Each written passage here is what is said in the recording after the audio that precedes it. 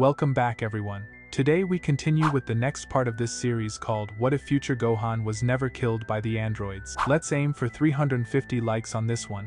Also, don't forget to leave a comment letting me know if you've enjoyed the series so far. With that, let's begin.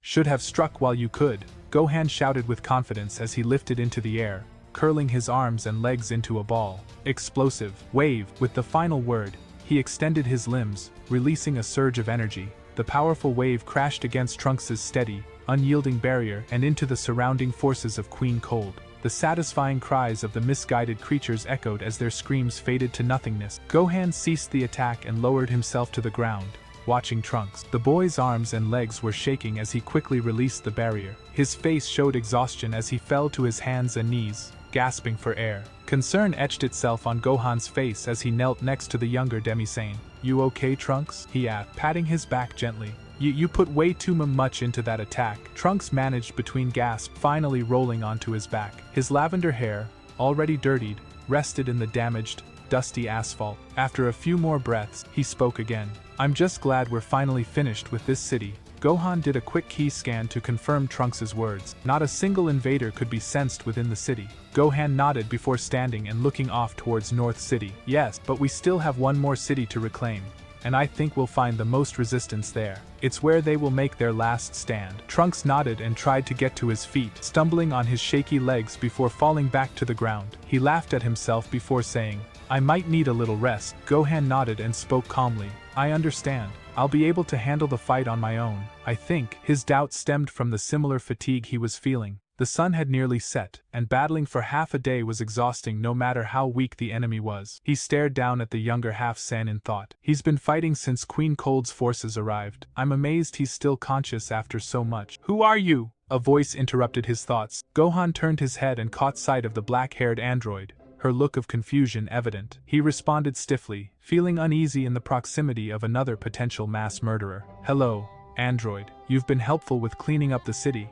Do you possibly know what happened to the other three?" He was curious where 16 and the others had gone. He could tell that no one was dealing with the threat in North City, as he felt that all of Queen Cold's forces were still present and undiminished. "I wonder which one she is. 13, 14, or 15. Meh, I don't care. Though probably 13 since she's so weak compared to the others." A second voice entered his thoughts, reminding him, "Remember, an older model doesn't necessarily mean a weaker model." Gohan shuddered as he remembered Android 16. She stared at him in shock, her jaw dropping. The look of surprise quickly turned to hot anger. "You think I'm an android?" Gohan took a slight step back at her rage, his mouth opening in surprise before he clumsily replied, "You're not one." "No, I hate those bastards." Gohan lifted his hand, scratching the back of his head sheepishly. "Oh, sorry, I just kinda assumed, since you were able to fight." As he spoke, he tried to sense a power level from the young woman to authenticate her words. After a few seconds, he found her Kai. It was fairly weak, barely a quarter of Trunks' energy at his best, but an energy level nonetheless.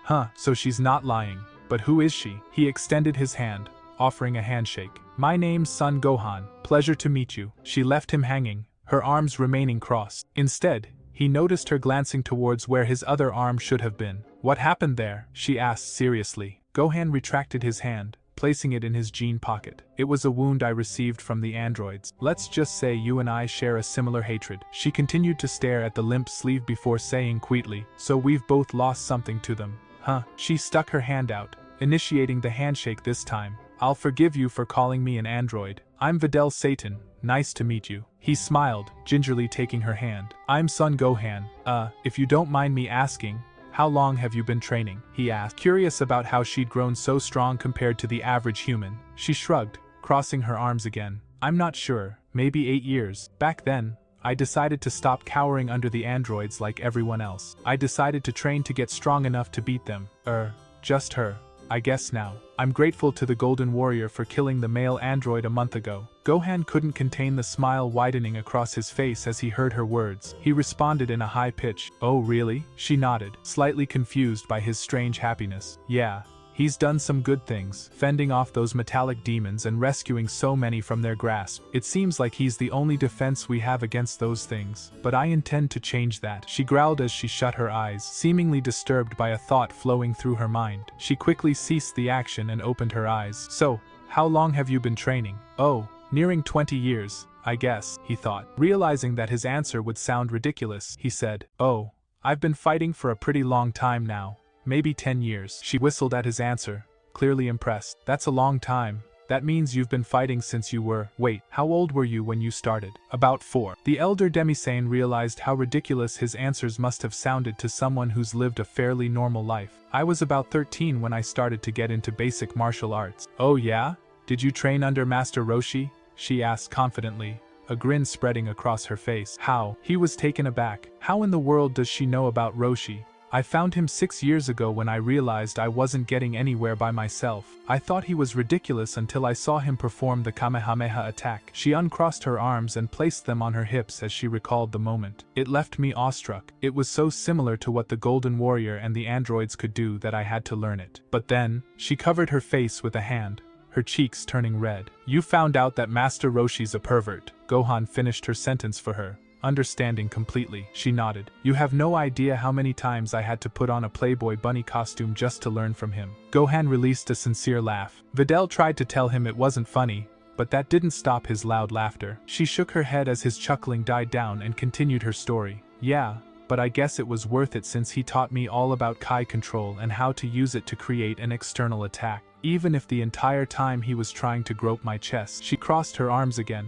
protectively covering her breast. Gohan shook his head at the old man's antics. That's Master Roshi for you. He's always been a pervert. I'm sorry you had to sit through all that. It wasn't so bad. Like I said, I did learn the Kamehameha blast. She shrugged. So it was worth it. Then I took my knowledge of ki control and used it to figure out how to fly since I knew it was possible. She paused to look down at Trunks, whose breathing had slowed to normal. She knelt down and put a hand on his shoulder. You okay? She asked sweetly. He smiled and nodded before slowly pushing himself to his feet. He stood there wobbling for some time before steadying his stance, though it was hunched over and tired. You're not going to North City. I have more than enough energy left to finish this fight, Gohan said flatly. His words seemed to lift a burden off the boy's back as he smiled. Fine by me, he said cheerfully. Yeah, you do need a break. You look like trash, Videl said lightheartedly as she examined the boy. Her comment had a less than pleasurable effect on him. You're not going anywhere either. Gohan grinned, slightly amused by her confidence. What? But I can still fight, she said unconvincingly as she attempted to shadow box and prove herself. The action resulted in a sharp pain spiking up her arm. She retracted the limb, holding it gently. Maybe you're right. Haha. Yeah, you were really taking a beating before I came around, Trunks said, happy to be able to make a revenge comment at the woman. No, I wasn't, she grumbled while rubbing a sore bruise on her hip. Wait, Gohan interrupted, suddenly curious. How did you two meet? Trunks decided to answer. I found her firing off Kamehameha attacks from inside I can't remember, a fast food joint or something. She was doing her best to protect the people inside. She would have gotten overrun by the aliens if I hadn't come to the rescue. He grinned proudly at his heroic deed. Wait, why did you come in the first place? You were already wounded. Hold up! Where is… Gohan caught himself, aware of Videl's presence, knowing she probably wouldn't react well to the knowledge of another android. She'd probably react like I did. He shunned himself for his pathetic response in the lab, mad at revealing his fears to Trunks and Bulma. I can't give him the same fright I have. I have to be strong for them. I have to be strong for everyone. Continuing his sentence before the delay became awkward, he said, Where's the guy that was supposed to be taking care of here? He should have been able to handle this place. Do you mean? Trunks paused, glancing at Videl. Oh, seemingly understanding, he said, I don't know where he went. That's actually why I came. I noticed that the number of alien power levels was no longer dropping and the number of humans being killed was stacking up. He looked around, surveying the damage done to the area around their small battlefield. When I originally got here, they seemed to be scared of me, but then it's like they suddenly recognized me and just swarmed us. He scratched the back of his head nervously, having a hard time getting his words out. I don't know why I think this, but I can't stop believing that they thought I was you, Gohan. That's why they were scared at first. What? Videl asked, confused. Why would they care that it's Gohan? The moment she said his name aloud, her eyes squinted, the metaphorical gears in her head turning. Predicting her next statement, Gohan pinched the bridge of his nose and shut his eyes, now annoyed at how long the conversation had lasted. I need to get going. People in North City are suffering right as we… Wait a second. He whipped his head north as he scanned the key levels in the city, confused. The population of people is stable. No one's dying. The population of invaders has also stopped too. It feels still. What's going on? Finally, she said, You're Gohan. You're the guy this queen whatever called for at the beginning of the attack? Why does she want you? Her face read more than shocked, it had a hint of anger in it too. He only shook his head before saying quickly, look, there are a lot of things going on right now and simply talking will solve nothing. Something's going on in North City, and I've got to go find out what. He prepared to launch himself into the sky, hoping to evade the blue-eyed vixen as she seemed likely to question further, but when he looked up, he saw a large metallic figure. He stared wide-eyed at the creature floating several yards above their heads. Its arms were crossed, and its dark, glass-covered eyes stared down at the trio. As he studied the creature's shape, he couldn't help but compare it to Cooler's fifth form, except its body was completely covered in dull gray metal. Upon being noticed, the creature vibrated in a monotone robotic voice, I believe I can reveal the happenings in your city. At that moment, Videl and Trunks noticed the metallic Cooler, lifting their heads in surprise. Gohan kept his eyes glued to the figure as it slowly floated to the ground, putting a distance of a few yards between them. A startled cry escaped from Videl, causing Gohan to look over his shoulder. Two more metallic coolers had dropped from the sky, surrounding the group. They looked similar but somehow more blunt, as if less work had been put into their designs. When he looked back to the original intruder, he noticed this one was shinier, yet smaller, more petite, and closer in size to Frieza's fourth form. Get going now, Gohan said, eyeing each potential opponent dangerously. Got it, Trunks said as he flew up into the sky, Videl following. One of the two behind them said menacingly in the same monotone voice, I don't think so,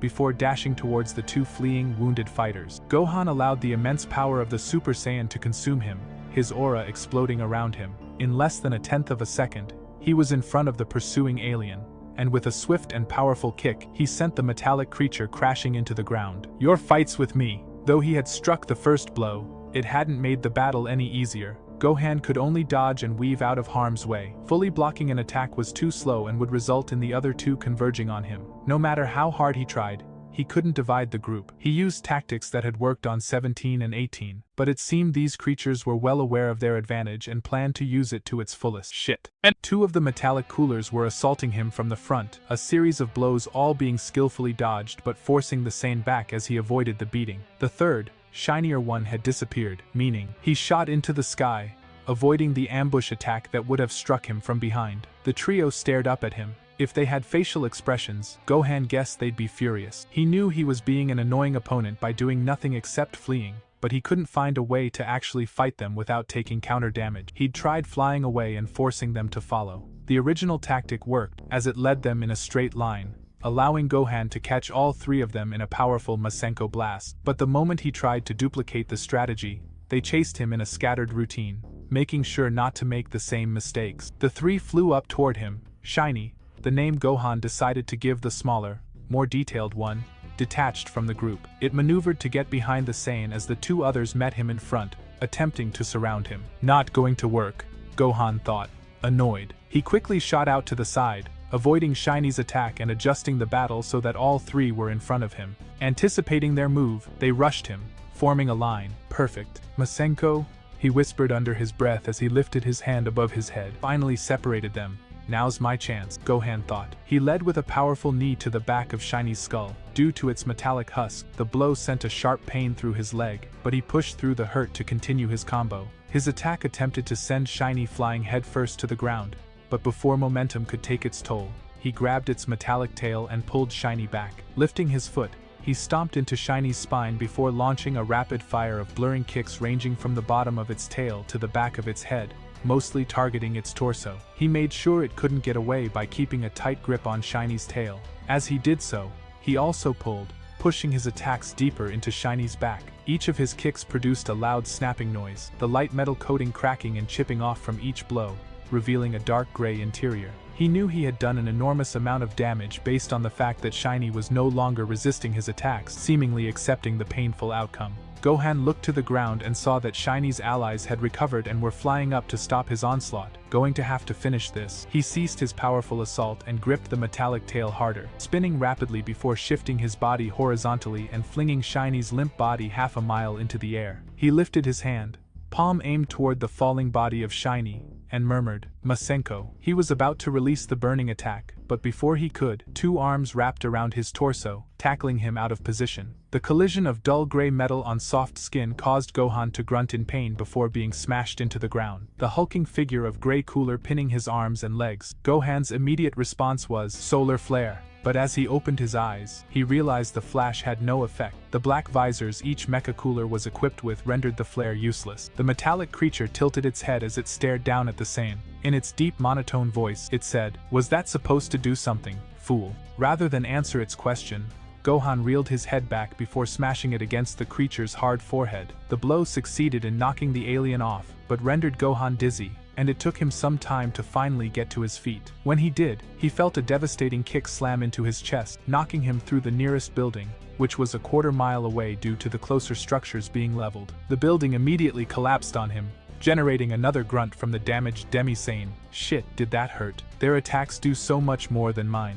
Gotta think of another strategy." He smiled as he thought of his next move. Rather than blast out of the structure and make his presence known to his opponents, he decided to dig further into the ground. He used a small amount of Kai to blast a hole into the dirt below and hide, using a weak barrier to keep the dirt from collapsing on top of him. "Have to keep my Kai weak. I know they must have some sort of scanners installed." He watched through the clear golden barrier as the rubble fell atop his shield, completely covering him from view. Perfect. He then decided to reach out and make another attempt at finding their key signatures. Though his past experiences with machines told him he wouldn't sense anything, oddly enough, he was able to find weak energy levels from the two dull gray cooler suits. The two energy levels were just barely stronger than Frieza's, definitely not as powerful as Cooler, although their exteriors suggested otherwise. He tried again to sense something from Shiny, but no matter how hard he tried, he found nothing. He knew the suits must have granted his enemies some sort of enhancement, as with their current power levels they shouldn't have been able to do anything to him,